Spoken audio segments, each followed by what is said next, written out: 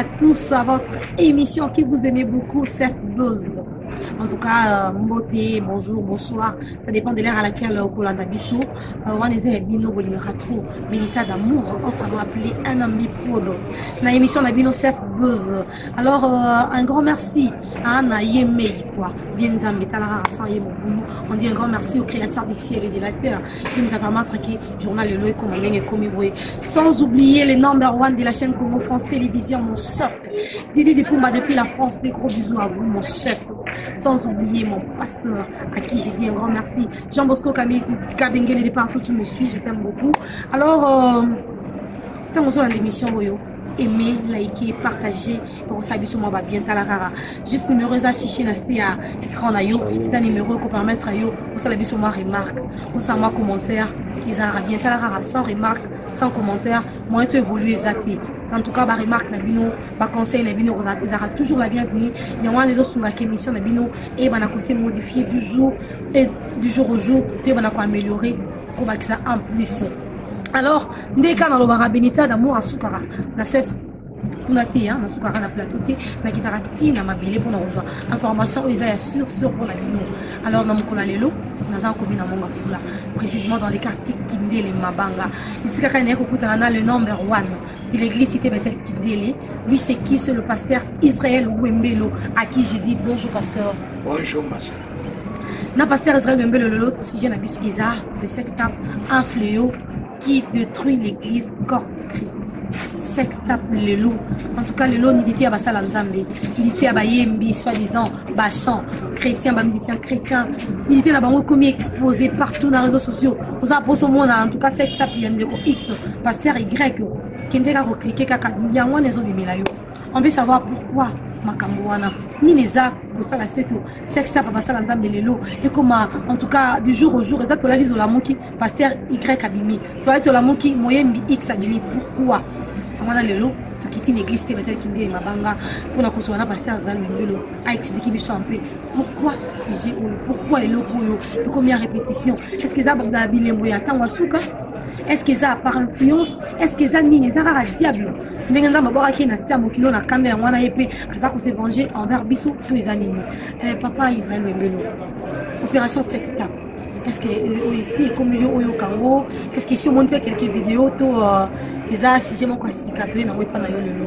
C'est les makambo to za ko vivre ndenge utikotuna to za ko remarquer yango et comme tambola na basala nzambe. OK. Qui compris même na ba yembi. Alors eza bilembo mikola suka. Vraiment. Ndenge Bible ezolobela biso elobete na mikolo na suka. Donc ekozala bato bakozala na kati na distraction posa ya nzoto ekomata ndenge Bible ezolobela biso pour le moment esengali bana na nzambe baveye bakwea na kati na distraction ya diable te wana ezali distraction ya diable mpona kolona degu meme na bapagano ete babongola mitema te potango baza koremake basala nzambo bazoteya bayembi na kolo bazoyemba baza ko se comporter na modèle wana. Alors ezopesa campagne moko ya mabe pona kolona degu na ba oyo nanu babongoli mitema te po ete babongola mitema bayepa na nzambo meme bo babongoli motema bayepa na kozongela mokili yango wana Bible ezosenga biso lobete bolinga mokili oyo te ezala biloko na yango posa ya mokili oyo posa ya miso posa ya nzoto pe lolendo ya mokili oyo ewuti na nzambe te ewuti na mokili yango moko. Donc biloko oyo toza komona wana ezali ba biloko ba comportement bana na nzambe bakoko affiche te ezali makamba mokili oyo baza mokonzi ya mokili eza nde diable nazolona d'inspiration na ye kati na bomo na bango po ete bafaire dérouter peuple na nzambe bato na nzambe bazale carré bafandisa liloba na nzambe kati na bango na bango te. Vraiment. En tout cas, papa, où tu peux le ezali diable. Mais bango baza soi-disant basala nzambe. Comment ça monter azote les maïbosa une multitude de gens azote ya bango et puis dans azote mais là bato bazo pour la mitema. Musu ça na tourner clip na ya mis album na ye Olandi nzembo na ye défier yo. Mais est-ce que bango peut diable car bon. Bible zolobela biso na kati na mokanda ya Matthieu 19 verset 12. Ezolobela biso lobete ba mususu baza ba unique ba utamela na libumu ya mama na bango. Nde nzamba pona bango bazala ba unique. Ba mususu bakoma ba unique na nzela ya bato. Basali bango te bazala basala nzambe. Oh. Ba mususu na ndenge na bango moko amisali na yeke azala musala nzambe ndo zomona babiloko wana tango moto amisali komona komema na mupepe wana po nzoto nde tindiki ye tanga zomona baninga bazoyemba tango abana alo akoluka no na ngai pe na tanga musique pona bana ko yanga balbo. OK. Alors faut azala ame mama na mopepe wana po azoluka succès. OK. Azoluka honneur ndenge moko pe musala nzambe akoti na ki musala nzambe lobami teke nzamba pona ye amvia yango. OK. Akoti théologie azwi diplôme ya théologie ndo zomona bajare ya bato ndengwana me moto aponame pai na nzambe aza conduit na molimo na nzambe nzambe aza koconduire ye aza kokamba ye ndenge nini akokotambola ndenge nini akokosalela nzambe po ete bana na nzambe bayeba na komona nzambe mokolo na suka aprepare église mpo na enlèvement babiloko bazosala wana baza lokola bainstrument ya diable mpona komema peuple ya nzambe na kati na fere. OK, pasteur Israël Mbelo. Ce qui n'a pas dit bien c'est que bango basala bango appelé te panza mais bango moko ndongo lobi soit yemo ka bikomisa na ye soit agrekine na théologie soit ta remplir na muninga certainement c'est que bato baza na pratique wana bazati ba onza mapona bazati ba oyo babenga mi panza mais normalement tango za komona moto azali ko se comporter ndenge moko ya mabe aza ya nzambe tanga za musala nzambe premièrement aza nanu brise te akokozala anime na molimo ya diable molimo ya nzambe to molimo ya bobutu. Alors faut kotala quel esprit oyo eza koanime bango mais biso tokoyeba bango ndenge nini. Alors tango moto aza kotambola na posa nzoto eza molimo ya nini ya nzoto nde ezokamba ye. OK. Esprit de l'homme eza kokamba ye tango moto aza kosalela biloko mpe wana azokota te na kati na occultisme po ete azwa lupemba wana aza conduit na esprit ya diable ndenge eza. Alors bato ya modele wana okotala tango oyo ozoremarke biloko wana oyo bazali kosala mona catégoriquement ke baza ya nzambe te ozala bango moko bamisala to batonde basala bango te basala. Vraiment en tout cas soit bino moko misala to batonde basala bino po bozala parce que un homme de Dieu abanga nzambe a okite ko sala mama bino ko salaka. Pasteur Israël Mbelo musala moto na mseza boy. Est-ce que ça m'a bien quand vous en relation intimité soit na partenaire na yo na copine na yo na mbali na yo na mwasi na yo cotine de la partenaire na yo ba photo genre sexy est-ce que ça m'a bien? Bon. Pourquoi dans le but pour tout le monde vidéo la série moko bini récemment soit disant ça là qui vidéo a tindeli partenaire na ye et les autres vidéos en autre moment dans vos vidéos tous est-ce que ça m'a bien cotine de la moto yo lingi na cadre ka ya love a bengi ah chérie na lingi ma photo botine est-ce que ça m'a bien parce que ça a des conséquences dans mon mais wana ezali exhortation ni nous avons exhorté ezali ko excité ya na posa nzoto toza kotindika ye na makamba nzambe. OK, Bible ezolobela biso lobete tango biso tozokutana toloba maloba ya pamba te soki ngonga epesameli biso toloba toyeba na koloba maloba oyo ekoki kokommunike grâce epai na moto oza komona toko kosala makambo ya pamba te fo ozala conduit na molimo na nzambe atake mwana na nzambe tango yo tindi bolumbu na yo pa mwasi na yo c'est-à-dire mwasi na yo amonaka yo te ke ndengo zalaka bolumbu chamona ko mikolo nyonso musolo bande ko musolo na bisolo ba pasteur ma mnyolo bana aza chérie na nga linganga bon ebisinga chérie na sa posa na yo bon vie que distance moi photo ça la nga bien photo mo beka ya sexy quoi asengi na ye na ndenge ka ya cadre ya faire play quoi deni chérie na ye oh wana ezali mpona marque na bango bazosala publicité ya banzoto na bango bazosala campagne ya baposa nzoto na bango baza conduit kozala PSP ya diable elati bango ko tango yo zali mingi plongé na makambo oyo azali mokonzi ya b'impudicité nyonso na mokilo eza diable c'est-à-dire yango nde ezolona makati na yo tango nyonso na monokono na makanisi na yo eza na posa mosusu te oza na ambition mosusu te kaka ya nzoto. Bible ezolobela biso nini na kati na mokanda ya Galate 5 verset 24 kuna balobi nini balobi ete oyo aza kati na Yesu Kristo aza crucifié nzoto na baposa na yango ne kulusu soka azovivre akozala conduit na molimo na Nzambe baposa nzoto wana aza brise kati na yango aza délivré kati na yango nzoto eza so na bokonzi likolo na ye te. Paul alobete soki ngai nde naza kovivre ezali ngai te mais Christ nde aza kovivre kati na bomoi po ete nasi na bakama elongo na Yesu wapi nekulusu Pasteur Israël Embele soki ndeko moko esongolo pakala mosala nzambe tu moyembi sima ya kosala babuzo bana ye wana sima ete population emona bolumbu na ye bon à se rendre compte nango ase aleki na etando iketo etando minene to via ba réseaux sociaux à s'excuser to pe asengi bolimbisi est-ce que mutu abongo lobi kuna aza appelé atelema kaka liboso ya peuple de Dieu pour na ko te ya bango to pe pour na ko édifier bango na travers banzembo na ye. Problème ezali wana esengeli repentance moko sese oyo moto azoluna na koyeba na kobuka.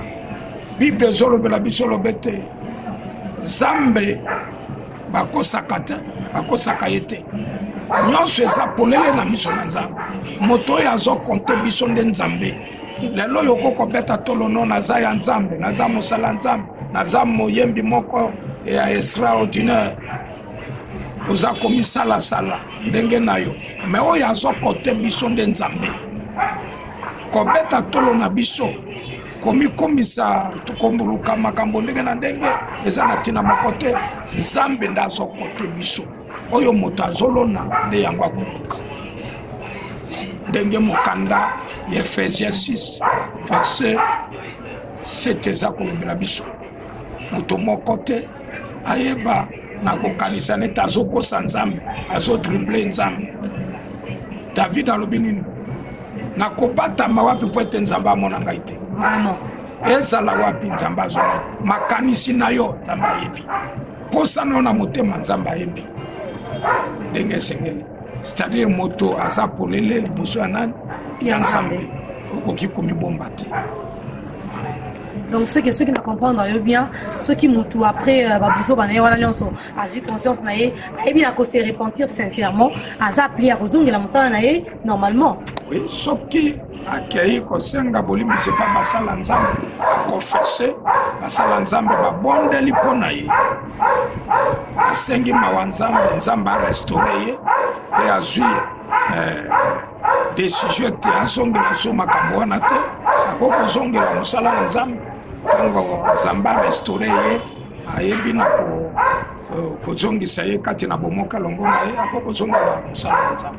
Ok, wana possible aussi déjà réponse na bino vous déjà réponse na bino ba bokanisa vite ceux qui muta kuwe ya koki sur côté le matin la Bible a dit un bon chrétien sur kuwe kotika na mabiyete telema kokola continue nzela na yo il suffit qu'on se repentir sincèrement au plus aux décisions ya kozongela ga lisusu te c'est pas dit que lelo ye tout moni sex tap na yo le lobby kuno leki osengi biso pardon lobby kuna to moni oye boli misanga yetu ozongeli conseil la nzambe comme il se doit lobby kuna lisusu ozongi lisusu kokoya on a pensé comme ko wane comme habitude pasteur qu'est-ce que makambo los bazomona o ils ont marqué biso nini asi na temps de la fin to eza kaka vraiment boya mabo dia ba na koso na mokili to pe na mboka na biso makambo neti kolala kolamuka sex tap bolali bolamuki lelo batie bino lelo bomoni ya pasteur X eza pe na église ya monene asala pe komo lobi kuna boyoki ya moyembi grec bolandalanda ye partout eza nini ezaka mopepement boye koningisa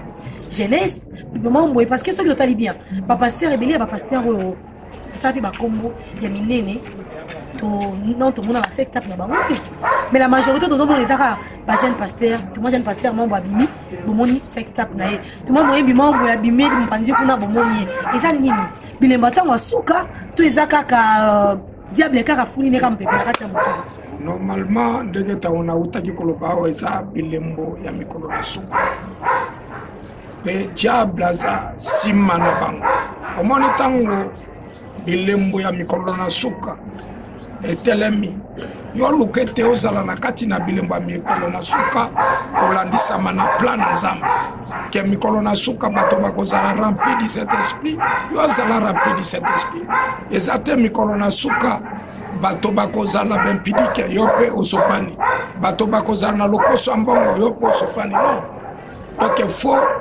kozala na bilembo ya bikolo ya suka kolandisama na parole na nzambe omona okozala sauvé bible zolobela biso nini na kati na mokanda ya 1 Corinthiens 7 mpona balobe te bato bakokoma lokola nanu babala te bato bakokoma lokola bato aza na mbongo me lokola aza na mbongo te lokola aza na libala lokola aza na libala te eza bilembo ya mikolo na suka mingi oza kokuta bato wana premièrement bazoluka nini mbongo otango makambo na bango ezotambola na bachaine na YouTube bona boye nyonso wana po ete bazwa lupemba bakonte bango po ndenge kaka motuya ya bato bazomona biloko wana nde bakozwa mbongo c'est-à-dire bazosala yango selo bavatage na bango vraiment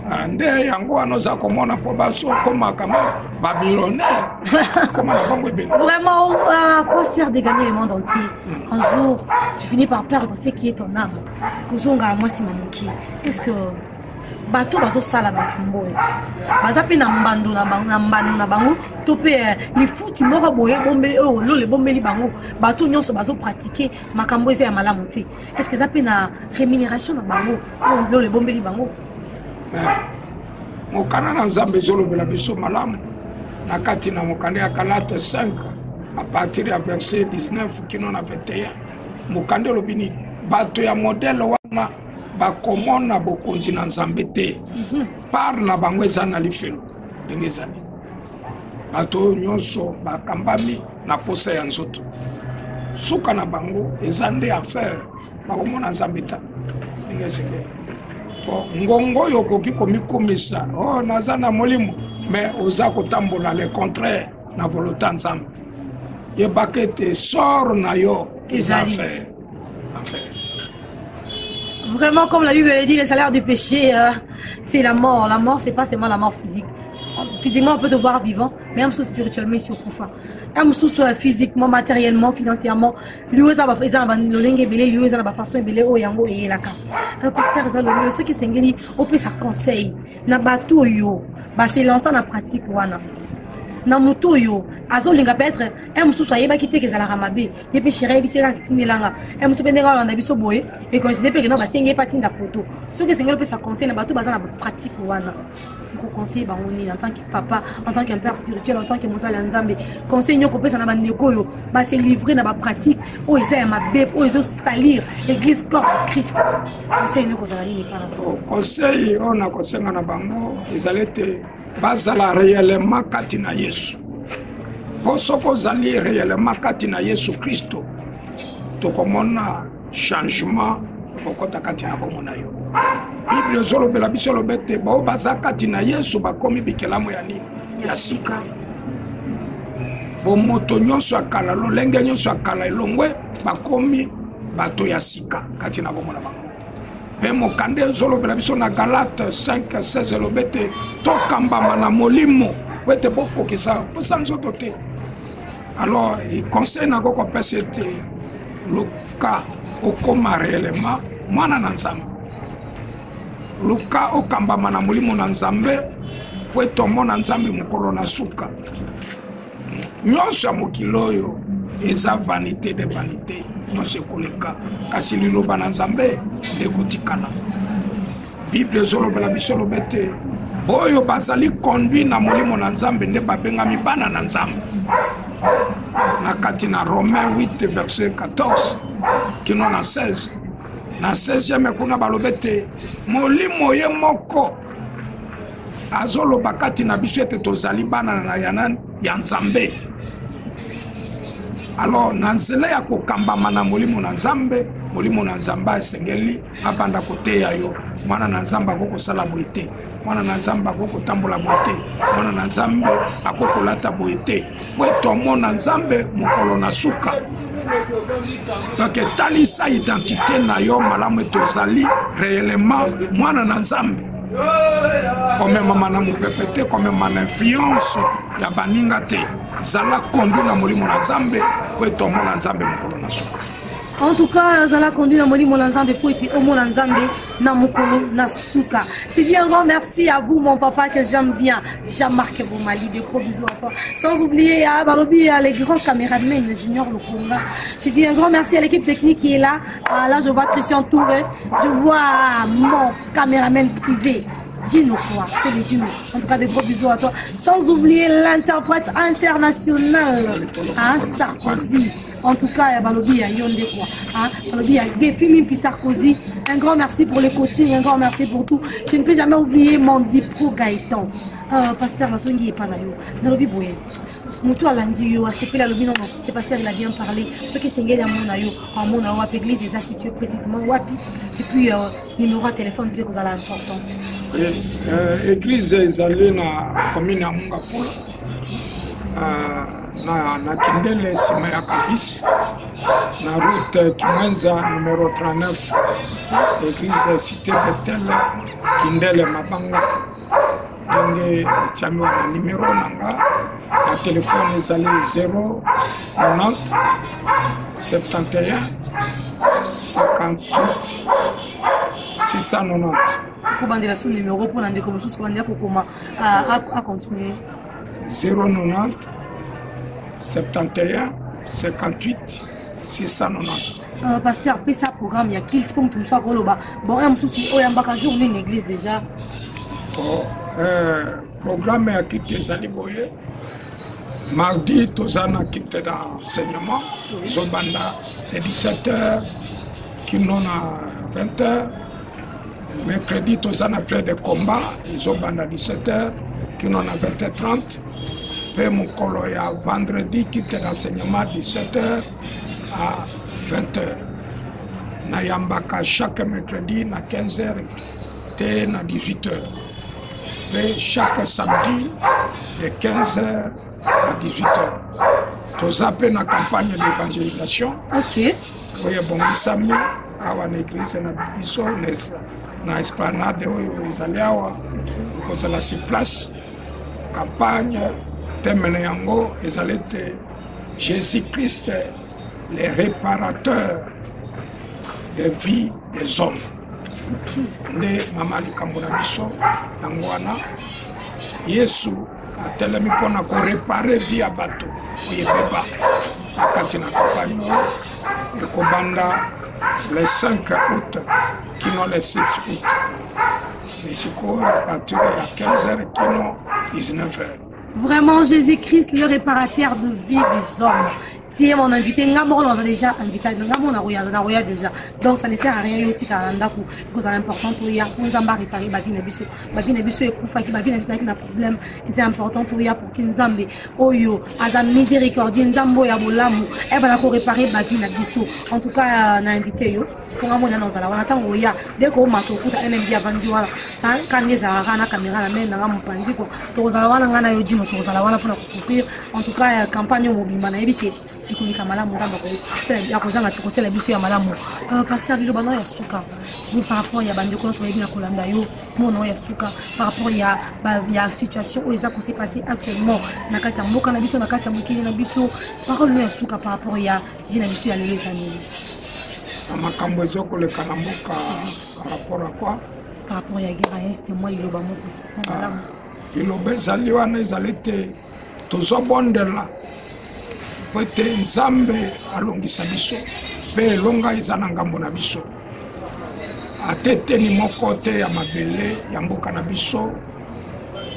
bakokojo biso totelemi mpona kobondela chaque jour toza na betesesere awa tozobondela mpona mboka mpe nzambe azotalisa biso kaka ete elonga eza na ngambo na biso amen elonga eza na ngambo na biso nalaki bino ke prochainement tokoyamba paster za lwembelo mpona kolobela oyo ezali église par église par rapport à la guerre aux accords passé dans l'Est.